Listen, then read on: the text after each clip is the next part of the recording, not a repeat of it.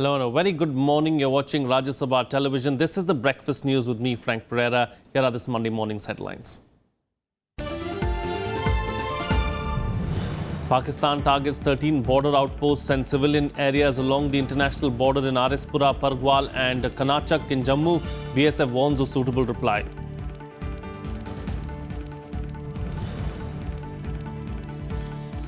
Prime Minister says government determined to make India an international arbitration hub. Chief Justice of India expresses disappointment over dismal performance of government-run arbitration centres.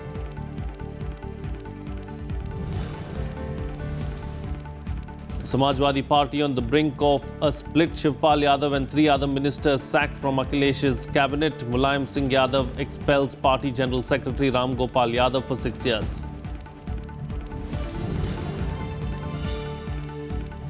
Kurdish forces attack new Islamic State positions in northern Iraq near Mosul, say they have made large advances. Turkey also joins the fight.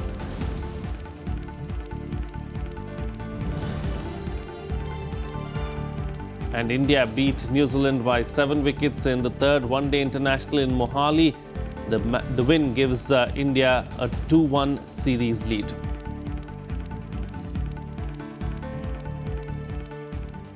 Pakistan Rangers had violated the ceasefire along the international border twice on Sunday at Arispura sector in Jammu district. Pakistan Rangers resorted to small arm fire and a few 88mm mortar bombs to target Indian posts. The BSF also gave a suitable reply and no one was injured on the Indian side. The ceasefire violation came within hours of Additional Director General of BSF Arun Kumar's warning that the lull along the border could take any turn anytime. Indian security forces on Sunday paid their last respects to fallen BSF soldier Gurnam Singh, who was injured in firing by Pakistani forces at the international border in Kathua district of Jammu and Kashmir. He, however, succumbed to his injuries on Saturday night. Additional Director General of Border Security Force Arun Kumar praised the soldier for his valuable sacrifice. Meanwhile, the family members of the soldier demanded better medical facilities for security personnel. He gave the supreme sacrifice for the country, for protecting the border of this country. So this is one of the proudest moments for us. मैं यही मोदी सरकार से यही appeal करता हूँ, एक तो हमें जंग चाहिए, दूसरी बात है कि इनका हॉस्पिटल चाहिए. हमें ये दिक्कत आ रही है, जो जवान हमारे ही लड़ रहे हैं, हमें मौत का कोई मतलब नहीं है कि हमारा जो बच्चा शहीद हुआ है तो शहीद हुआ तो हमारा बच्चा, जो सभी बच्चे हमारे ही हैं. हम यही कहते हैं कि बच्चों के लिए हॉस्पिटल बनना चाहिए बहुत बड़ा, जो इनको फैसिलिटी मिलनी चाहिए. Well, the US has warned Pakistan that it will not hesitate to act alone when necessary to disrupt and destroy terror networks operating in their country. Adam Zubin, acting Under Secretary on countering the financing of terrorism, said that Pakistan's spy agency Inter-Services Intelligence or ISI is not taking action against all terror groups. Speaking in Washington, he said that the problem is that there are forces within the Pakistani government, specifically in ISI, that refuse to take similar steps against all the terrorist groups active there, tolerating some groups.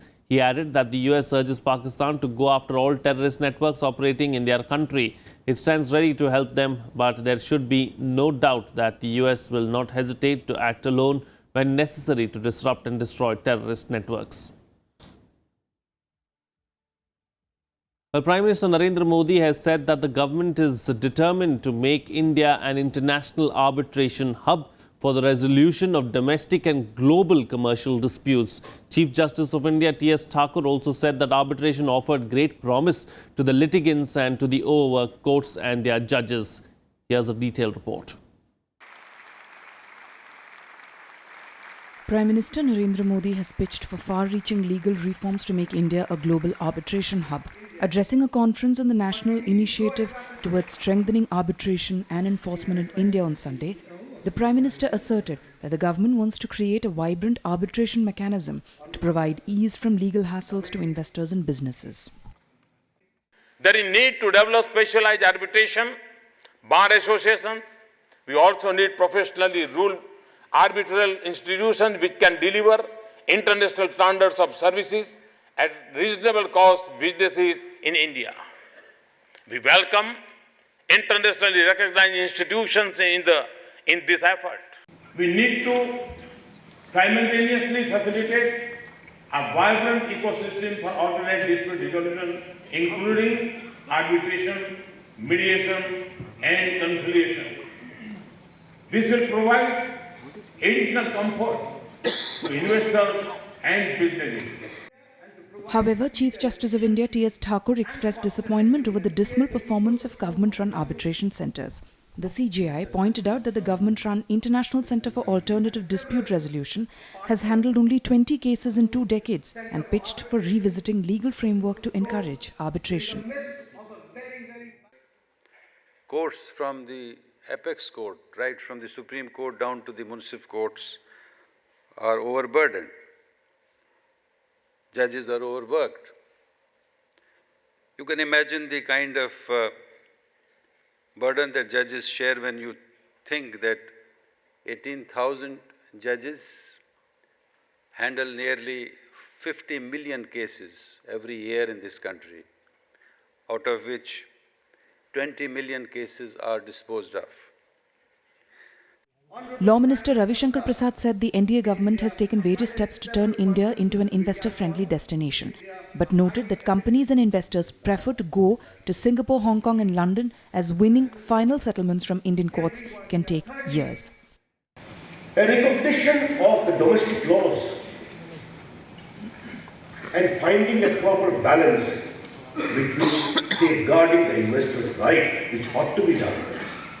We must fast-track these concerns, but there has to be a balance between the investor's right and the sovereign right of the government. The conference organised by Niti Aayog also highlighted on legal reforms undertaken by the government, including scrapping of over 1,000 archaic laws. Recently, amendment to settle a case within 18 months has been made to the Arbitration and Conciliation Act in an effort to make the process easy, timely and hassle-free. Panchan Mishra's report for Rajya Sabha TV. In other news now, with deals over $12 billion this month, including leasing of a second nuclear submarine, Russia termed itself as not just a business partner, but as an ally who stood by India in its darkest hours. Asserting that there is no limit to what India and Russia can do together, a top Russian defense official claimed on Sunday that the US and Europeans can never give what Moscow can and has offered to India. He also said that Russia is a friend and ally and not a business partner. Russia stood by India during its darkest hours. Next year, India and Russia are going to mark 70 years of relationship. Russia is eyeing the multi-billion-dollar deal for P-75I project of India, under which 6 conventional submarines are to be built with air-independent propulsion systems, and the next aircraft carrier project besides the deal to jointly develop a 5th-generation fighter aircraft. Meanwhile, President Pranab Mukherjee on Sunday said India should celebrate diversity and must not artificially try to convert it into uniformity. While addressing the subjects of Bapu Gujarat Knowledge Village and Samparan College in Gandhinagar, Mukherjee recalled the thoughts of Mahatma Gandhi and highlighted the strength of the Indian diversity. Observing that the country's economy is growing at a very fast pace, he said that it was not an accident or an achievement of 1 or 2 years. Mukherjee also warned of demographic explosion if India fails to provide necessary skills to the youth for securing jobs. Today, despite the fact that we are having 1.28 billion people in a land, having 1,800 dialects, having 200 languages used in everyday life, having 7 religions, 3 major ethnic groups. Meanwhile, the Samajwadi Party is facing one of its biggest crises so far. On Sunday, Chief Minister Akhilesh Yadav sacked party state chief and his uncle Shivpal Yadav from the cabinet. Hours later, Party General Secretary Ram Gopal Yadav was expelled from the party for 6 years for anti-party activities. A crucial meeting has been called today by Party Chief Mulayam Singh Yadav following the widening rift ahead of the all-crucial elections next year. अरे कह रहे कल जो The Samajwadi Party chief virtually firefighting after the latest crisis in his party. Sunday saw fast-paced developments in Uttar Pradesh. It began with Chief Minister Akhilesh Yadav sacking State Party unit chief and his uncle Shivpal Yadav, along with 3 other ministers from his cabinet. The move, many senior SP leaders say, was a result of Amar Singh's return to the party fold. मुख्यमंत्री का अधिकार है वो किसे अपनी cabinet में रखेंगे किसे नहीं रखेंगे, ये मेरे पसंद और नापसंदीदगी का सवाल नहीं है। बहुत अर्ली होगा ये कहना कि किस चीज़ से फ़ायदा और किससे नुकसान होगा, लेकिन हाँ एक शख्स से नुकसान बहुत हो गया। In a tit-for-tat, Shivpal Yadav announced the expulsion of Party National General Secretary Ram Gopal Yadav from the party for 6 years. माननीय राष्ट्रीय अध्यक्ष समाजवादी पार्टी के आदेशानुसार प्रोफेसर राम गोपाल यादव को राष्ट्रीय महासचिव एवं प्रवक्ता समाजवादी पार्टी को समाजवादी पार्टी से 6 वर्ष के लिए निष्कासित करते हैं। The allegation against Ram Gopal were grave. ये पूरी तरह से भाजपा से मिले हैं। राम गोपाल जी 3 बार भाजपा के बड़े नेता से मिल चुके हैं। वे ये सब इसलिए कर रहे हैं क्योंकि उनके पुत्र श्री अक्षय यादव एवं पुत्र वधू यादव सिंह घोटाले में फंसे हुए हैं। उन्हें यश एवं स्वयं को बचाने के लिए भाजपा के इशारे पर षड्यंत्र कर रहे हैं। Hours after his expulsion, Ram Gopal Yadav said he will always remain with nephew Akhilesh Yadav in the holy war, even though his elder brother and party supremo Mulayam Singh was his guru in politics and will remain so. He refused to speak to the media but faxed a statement from Mumbai saying he's not hurt at the expulsion but at the allegation. इन्होंने कहा मुझे दुख है कि क्या BJP से जो है सांठगांठ, मतलब ये तो ऐसी बातें कही जा रही हैं। जब कभी कोई भी किसी का आरोप लगाता है कुछ नहीं मिलता तो बीजेपी से मिल गया, तो ये बातें तो शिवपाल भाई के लोगों को नहीं कहना चाहिए ऐसी बातें। नेताजी प्लीज मैं आपसे हाथ जोड़ के रिक्वेस्ट करता हूं कि आप एक बार जरा सोचिए, और अगर एक आदमी की वजह से पार्टी खराब हो रही है तो आप पार्टी से ऐसे आदमी को निकालिए जिस आदमी ने पार्टी को बर्बाद किया है। The BJP that is being accused of trying to engineer a split in the SP said Akhilesh Yadav should prove his majority on the floor of the house and added it has nothing to do with the infighting. उत्तराधिकारी के आधार पर मुलायम सिंह ने श्री अखिलेश यादव को 2012 में उत्तर प्रदेश का मुख्यमंत्री बनाया था। ये साफ जाहिर हो गया था कि जो लेगेसी है मुलायम सिंह की वो अखिलेश के हाथों में होगी, लेकिन इसका सबसे बड़ा नुकसान अगर देखा जाए तो उत्तर प्रदेश में कानून व्यवस्था ध्वस्त है, विकास ठप हो गया है, अधिकारी खेमों में बंट चुके हैं। तो उसका सर्वाधिक नुकसान अगर कहीं किसी को हो रहा है तो उत्तर प्रदेश का हो रहा है, उत्तर प्रदेश की जनता का हो रहा है। मैं साफ बताना चाहता हूं इस पॉलिटिकल क्राइसिस से भारतीय जनता पार्टी का कुछ भी लेना देना नहीं है। Akhilesh Yadav held a meeting of the SP legislator party at his residence on Sunday and quelled rumours that he was quitting the party. The chief minister also said he will participate in all programs of the party and will also be part of the Silver Jubilee celebrations on November 5, while going ahead with his election campaign beginning November 3. The opposition says the growing rift in the party will ruin its prospects in the polls. Samajwadi party का वैसे भी 5 साल में जो गुंडागर्दी, जो शांति व्यवस्था खराब होना और उसकी वजह से जो एंटी इनकम्बेंसी वो फैक्टर तो था ही, और ऊपर से जो ये 2 फाड़ हुई जा रही हैं इसे उनका बहुत नुकसान। Here's a look at what else is slated to take place during the course of the day in our segment, The Day Ahead. Prime Minister Narendra Modi will visit his Lok Sabha constituency Varanasi today to launch Urja Ganga, which is a 1,500 kilometer long gas pipeline project costing 51,000 crore rupees.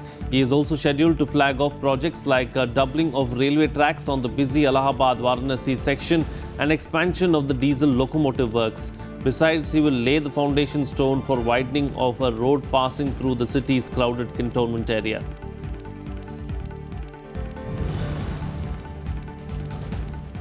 The Supreme Court will hear the appeal filed by Haji Ali Dargah Trust challenging the Bombay High Court order lifting the ban on women from entering the sanctum sanctorum of the renowned Muslim shrine today.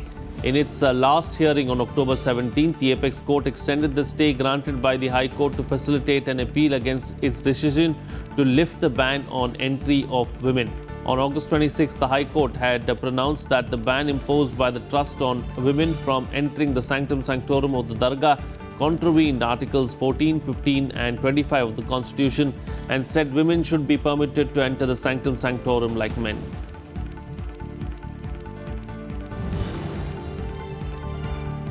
The Finance Ministry will hold a meeting today of senior management of banks to discuss the bad loans issue in specific sectors, including steel. The meeting is likely to focus on non-performing assets in sectors like steel, power and infrastructure. These three sectors account for bulk of the gross NPAs, which surged to 9.32% in 2015-16.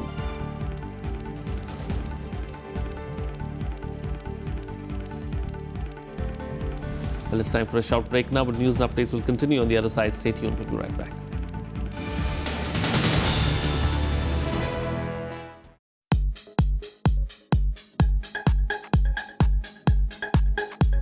In this episode of Special Report, we are in Canada. Canada, a colonial cousin of India. Canada में सब कुछ है जो भारत को चाहिए और भारत के पास वो सब कुछ है जो कनाडा को चाहिए. Is now the first choice of Indian migrants.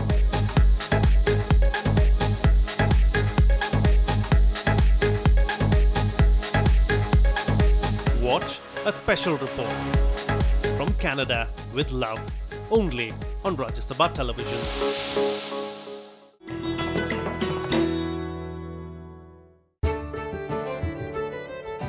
Rajyo ki Baoli, located in Mehroli, is considered the most ornamental of Baolis in the national capital. It was built by Daulat Khan during the reign of Sikandar Lodhi in 1516. Rajyo refers to masons who used it. The entire structure is subterranean, so only the topmost story is visible as the visitor approaches. Walk towards its steps and each lower level slowly reveals itself. The top floor has a row of arched niches. There are 3 levels going down with 66 steps. The Baoli complex has a 12-pillar tomb and a mosque with plaster decoration on it. Carved brackets support the chhajja below the parapet. There are rooms behind this arcade, meant for shade and shelter for visitors. The Baoli combines Islamic architecture with hints of Hindu engravings and geometric designs.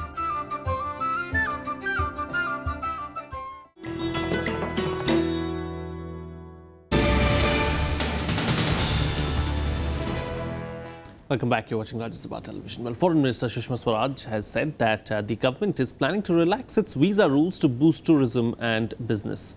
The minister informed that the government has extended the e-visa scheme to 37 countries this year, taking the total number to 150 countries. The minister also said that the government has put in a system for the welfare and protection of Indian immigrant workers.